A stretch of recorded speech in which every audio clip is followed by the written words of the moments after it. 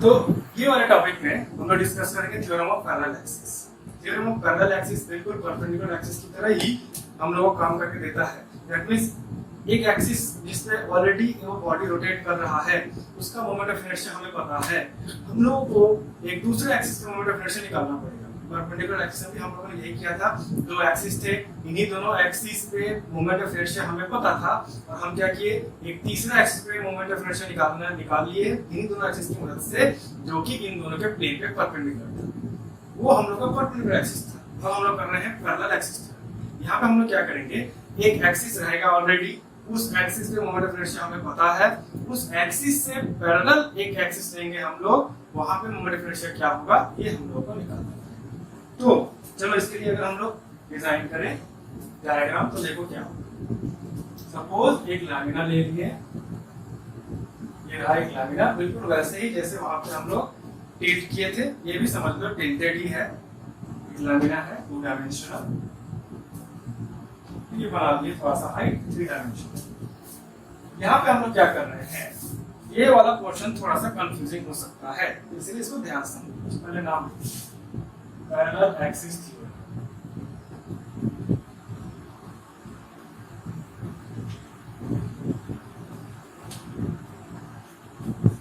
यानी यहाँ पे क्या होगा, इस बॉडी का एक सेंटर ऑफ मास होगा, वो सेंटर ऑफ मास हम लोग एज्यूम कर लेते हैं कि यहाँ पर let this be its centre of mass. अब इस सेंटर ऑफ मास के अगर इसको घुमाया जा रहा है तो जो एक्सिस बनेगा this will be its axis of rotation, जो कि सेंटर ऑफ मास पे घुमाया जा रहा है। ये इसका नाम अगर देते हम लोग let this be A B. तो एक्सिस ए बी वो एक्सिस ऑफ रोटेशन है जो सेंटर ऑफ मास से गुजरता है। तो ये हो गया हम लोगों का सेंटर ऑफ मास।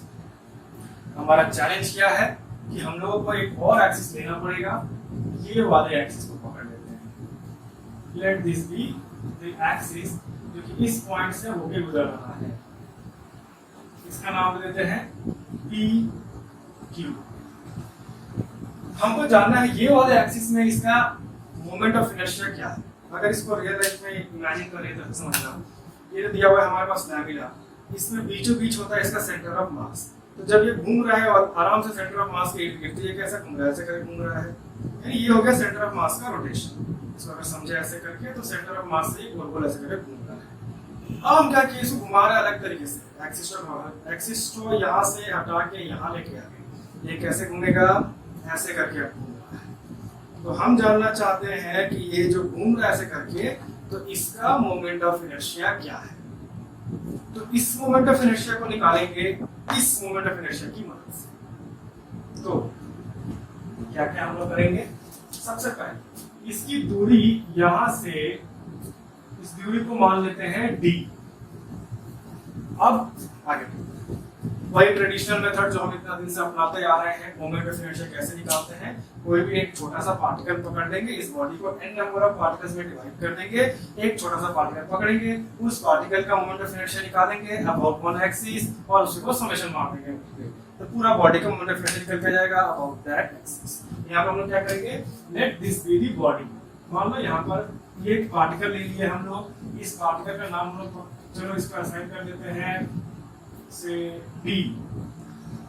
ये जो पार्टिकल देख लियो ऑलरेडी असाइन कर चुके हैं यहाँ पे, तो उसको कंफ्यूजन नहीं बढ़ाते हैं। लेट दिस बी पार्टिकल, ये भी नाम दे दिए हैं के। ये पार्टिकल के है और ये पार्टिकल का फिलहाल ये वाला एक्सिस को भूल जाओ। हम जानना चाहते हैं ये वाले पार्टिकल की या ये वाले पार्टिकल का मोमेंट ऑफ इनर्शिया क्या है सेंटर ऑफ मास के अगेंस्ट। तो इससे डिस्टेंस यहाँ से लेंगे, इसका ये डिस्टेंस को हम पकड़ लेते हैं x। वैसे ही करके अगर ये वाले पार्टिकल का अगर हम मोमेंट ऑफ इनर्शिया निकालना चाहे अक्रॉस सेंटर ऑफ मास, तो हम क्या लिखेंगे, moment of inertia across centre of mass will be for किसका, फॉर दैट पार्टिकल के, फॉर पार्टिकल के, फॉर पार्टिकल के moment of inertia across the centre of mass will be equal to m, अगर उसका मास m पकड़ लिया हम लोग, एंड x स्क्वायर। सिंपल चीज है। तो फिर हम लोग क्या लिख देंगे यहाँ पे, moment of inertia moment of inertia for entire body, moment of inertia for the entire body हो जाएगा moment of inertia equal to summation of m moment of inertia of the entire body across the center of mass हो जाएगा m of x square। Summation जो हम लोग करते आ रहे हैं देर से, तो ये तो हो गया हम लोगों का सेंटर ऑफ मास से पूरा। बट ये हम लोग को नहीं करना है, हम लोग को किसके अगेंस्ट निकालना है, हम लोग को इसके अगेंस्ट निकालना है। तो ये वाला हम लोग कैसे करेंगे, अब इसको देखो कैसे यहाँ पे करेंगे। Moment of inertia of particle के, moment of inertia of particle के across this axis of rotation यानी I P Q will be equal to m r square। r का मतलब क्या होगा, ये डिस्टेंस d प्लस x यानी x प्लस d cos। तो moment of inertia for the entire body क्या हो जाएगा, moment of inertia for entire body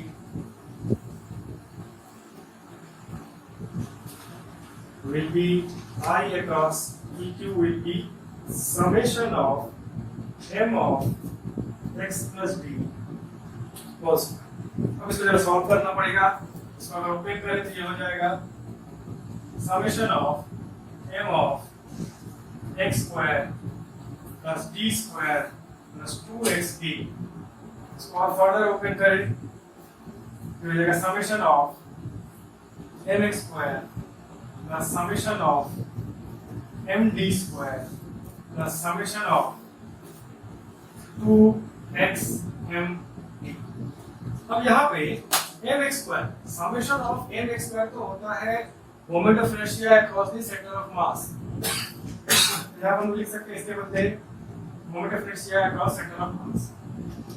और ये जो दिख रहा है इसको हम लोग कैसे लिखेंगे, ये वाले पार्ट को देखो, इसको हम लोग ऐसे लिख सकते हैं summation of mass into d square. Because d तो एक पर्टिकुलर डिस्टेंस है, उसका समेशन नहीं करना है, समेशन बैठेगा तो मास भी बैठेगा। इसको लिख सकते हैं छोटा पार्टिकल का अगर मास m है तो उसको अगर इंटीग्रेट कर देंगे या समेशन कर देंगे तो फुल बॉडी का मास निकल के आ जाएगा, यानी कैपिटल M d स्क्वायर। यहाँ पे हो जाएगा कैपिटल M d स्क्वायर। अब इसकी कहानी देखते हैं, इसकी जो कहानी है आंसर क्या आपको बता देते हैं, बाद में कहानी को बताते हैं। This will be 0।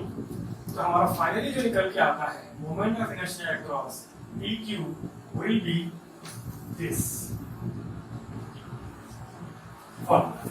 लेकिन ये 0 क्यों हुआ, अब इसको समझते हैं। ये जो पार्टिकल दिख रहा है ना, इसको अगर हम अलग से लिखें यहाँ पे तो इसको रेड करके बताते हैं। This is not important but इसका लॉजिक समझना बहुत जरूरी है। समेशन ऑफ 2xmd, इसको हम लोग ऐसे लिख सकते हैं 2d बाहर निकाल दो और समेशन कर दो m of x। हम लोग जब तुमको बता रहे थे, हम लोग जब स्टडी कर रहे थे मोमेंट, प्रिंसिपल ऑफ मोमेंट या फिर सेंटर ऑफ मास, एकदम स्टार्टिंग में चले जाओ टॉपिक्स का, वहां पे जब हम लोग सेंटर ऑफ मास को स्टडी कर रहे थे तो वहां पे हम लोगों ने देखा था कि सेंटर ऑफ मास में, वो वाले टॉपिक पे जाओ समझ में मिल जाएगा कि algebraic sum of all the moments, algebraic sum of all the moment is equal to 0. Algebraic sum of all the moment across origin is equal to 0. याद है, algebraic sum of all the moments across the origin is equal to 0. ये तो हम लोगों ने already वहां derive कर लिया था, हम वहां पे समझा भी दिए थे इसका मतलब क्या होता है।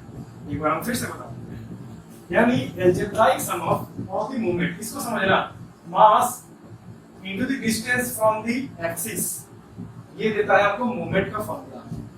ये क्या हो जाएगा, मोमेंट ऑफ मास। किसी भी चीज का मोमेंट निकालते कैसे हैं, हम बताए हैं। जो पार्टिकल, जो पैरामीटर का मोमेंट निकाल रहे हैं वो पैरामीटर लिखने के, अगर फोर्स मोमेंट निकाल रहे हैं तो force into the distance from the pivot point या एक्सिस ऑफ रोटेशन, ये दोनों चीज लिख देंगे तो वहां पर हम लोग मोमेंट निकाल सकते हैं। तो यहाँ पर क्या है, mass into the distance from the axis of rotation, ये क्या हो जाएगा, मोमेंट ऑफ मास निकाल रहे हैं एक्चुअली में। m x स्क्वायर नहीं लिखे, एक स्क्वायर अगर करते तो ये इनर्शिया निकल के आ जाता है, लेकिन x किए तो यहाँ पे निकल के आ जाएगा मोमेंट। तो इसको जरा ऐसे समझो, एक बीम बैलेंस देते हैं, पकड़ लो एक बीम बैलेंस या तराजू, सिंपल भाषा में कह दो इसको। एक बीम ले लिया ऐसे करके, यहाँ पे हम पिवट पॉइंट दे दिए ऐसे करके। अब यहाँ पे हम क्या कर रहे हैं, यहाँ पे कुछ वजन डाल दे रहे हैं नीचे की तरफ, late this B force F1। यहाँ पर भी कुछ वजन डाल दे रहे हैं नीचे की तरफ, let this force B F2। और ये जो पॉइंट ये जहां पर है, ये जो पूरा बॉडी दिख रहा है ना, ये पूरा बॉडी का मास अगर हम m बोले, mass of this entire body is m, capital M। तो ये पूरे का पूरा बॉडी का जो सेंटर ऑफ मास होगा वो कहां पे होगा, बीचों बीच कहीं कहीं पे होगा, ज्योमेट्रिकल सेंटर मान लो यहाँ पर है, और वहीं पे ही हम पिवट पॉइंट दिए हैं, वहीं पे ही पिवट पॉइंट दिए हैं। तो अब अगर इसका मोमेंट निकालते हैं, यानी इसको पकड़ लेते हैं x1, इसको पकड़ लेते हैं x2, but the problem here या the concept here, hidden concept here, कि अगर ये यूनिफॉर्मली डिस्ट्रीब्यूटेड है तो सेंटर ऑफ मास एग्जैक्टली बीचों बीच होगा। दैट मींस x1 x2 तो कोई बात ही नहीं है, x और x ही रहेगा। और हम यहाँ पे कोई फोर्स नहीं देना चाहते हैं, हम बस जानना चाहते हैं कि इसका जो यहाँ से यहाँ तक मास है और इसका जो यहाँ से यहाँ तक मास है उसकी वेट की बात कर रहे हैं। तो यहाँ इधर जितना मास होगा उधर भी उतना ही मास होगा। दैट मींस यहाँ पर जो वेट है, यहाँ पर जो वेट है, दोनों ही बराबर होगा यहाँ पे। और अब इसको सम करते हैं अगर हम लोग, तो ये यहाँ पे देखो ध्यान से, ये इधर घूम रहा है, यानी ये घूम रहा है एंटी क्लॉकवाइज, यानी ये प्लस हो जाएगा, यानी वेट W x, और इधर क्या घूम रहा है, क्लॉकवाइज घूम रहा है, यानी ये माइनस हो जाएगा W x। ये क्या दे देगा, हम क्या किए, एक मोमेंट निकाले, एक और मोमेंट निकाले, दोनों मोमेंट को सम कर देते क्या हो गया, 0 निकलता है। बट ये हमसे 0 नहीं होता है, 0 कब होगा, जब axis of rotation centre of मास से गुजर रहा हो। यहाँ पे अगर ये ऊपर नीचे करेगा, ऐसे करके ऊपर नीचे अगर करेगा, तो जाहिर सी बात है इसका एक्सिस ऑफ रोटेशन कहाँ पर है, ये रहा इसका एक्सिस ऑफ रोटेशन, ऐसे करके इसके इर्द-गिर्द ये ऊपर नीचे ऐसे ऐसे कर रहा है, और इसी एक्सिस ऑफ रोटेशन पे ही हम पिवट पॉइंट दिए हैं। ओनली इन दिस केस क्या होगा, the algebraic sum of the moments will be 0। और एक भाषा में अगर कहने की कोशिश करें तो ये जो दिख रहा है डायरी, इसको अगर हमको बैलेंस करना है, अगर ये वाले पॉइंट मान लो हम थोड़ा सा पॉइंट घसका दिए इसको, अगर यहाँ बीचों बीच नहीं रखे थोड़ा सा इधर घसका दिए तो ये बैलेंस नहीं होगा। अगर इसमें थोड़ा सा इधर भी घसका दिए, मान लो इसको इधर भी घसका दिए तो भी बैलेंस नहीं होगा। क्यों बैलेंस नहीं हो रहा है, बिकॉज पिवट पॉइंट जो यहाँ पे एक्सिस ऑफ रोटेशन, ये घूम कहाँ पर आ रहा है, ऐसे करके घूम रहा है, इसका एक्सिस ऑफ रोटेशन ये वाले पॉइंट पे ऐसे करके निकल, इसका एक्सिस ऑफ रोटेशन के अगेंस्ट अगर देखोगे तो इधर एक वेट है और इधर एक वेट है, इसका मोमेंट अलग हो रहा है, इसका मोमेंट अलग हो रहा है, इसका मोमेंट ज्यादा है, इसका मोमेंट कम है, इसलिए इस तरफ घूम गिर जा रहा है। लेकिन वही इस पॉइंट हम घसका के बीच में ले आए तो इसका मोमेंट इधर और इसका मोमेंट इधर, दोनों का ही मोमेंट क्या हो जा रहा है, यहाँ पे बराबर हो जा रहा है। ये क्या हो गया, बैलेंस। तीसरे शब्दों में अगर हम बताने की कोशिश कर रहे हैं, समझो ये पूरे बॉडी पे ही, पूरे बॉडी को अगर हम बैलेंस करना चाहते हैं, ये गिर नहीं रहा है, तो क्या करें, पूरे बॉडी पे ही हम फोर्स दे रहे हैं कि नहीं, सपोर्ट दे रहे हैं, यानी फोर्स दे रहे हैं ऊपर की तरफ। अगर हम यहाँ पे फोर्स दे दें क्या बॉडी अटकेगा, कभी नहीं अटकेगा, क्यों, यहाँ पे फोर्स है तो नहीं अटकेगा, यहाँ फोर्स है तो नहीं अटकेगा। लेकिन सेंटर ऑफ मास का अगर कॉन्सेप्ट लगाएं यहाँ पे कि what is centre of mass, centre of mass is assumed that the entire mass of the body is concentrated there। यानी पूरे बॉडी पे हम अगर हम फोर्स देंगे तो जो इफेक्ट मिलेगा सिर्फ और सिर्फ सेंटर ऑफ मास पे, वो अगर हम लोग फोर्स दे दिए तो हमको सेम इफेक्ट मिलेगा। हम क्या किए, पूरे बॉडी को बैलेंस करना चाहते हैं, इसके बदले सेंटर ऑफ मास पे ही सिर्फ एक छोटा सा फोर्स दो, पूरा बॉडी बैलेंस हो जाएगा। दैट मींस सेंटर ऑफ मास की कहानी जब आ जाती है तो algebraic sum of all the moments gives us 0।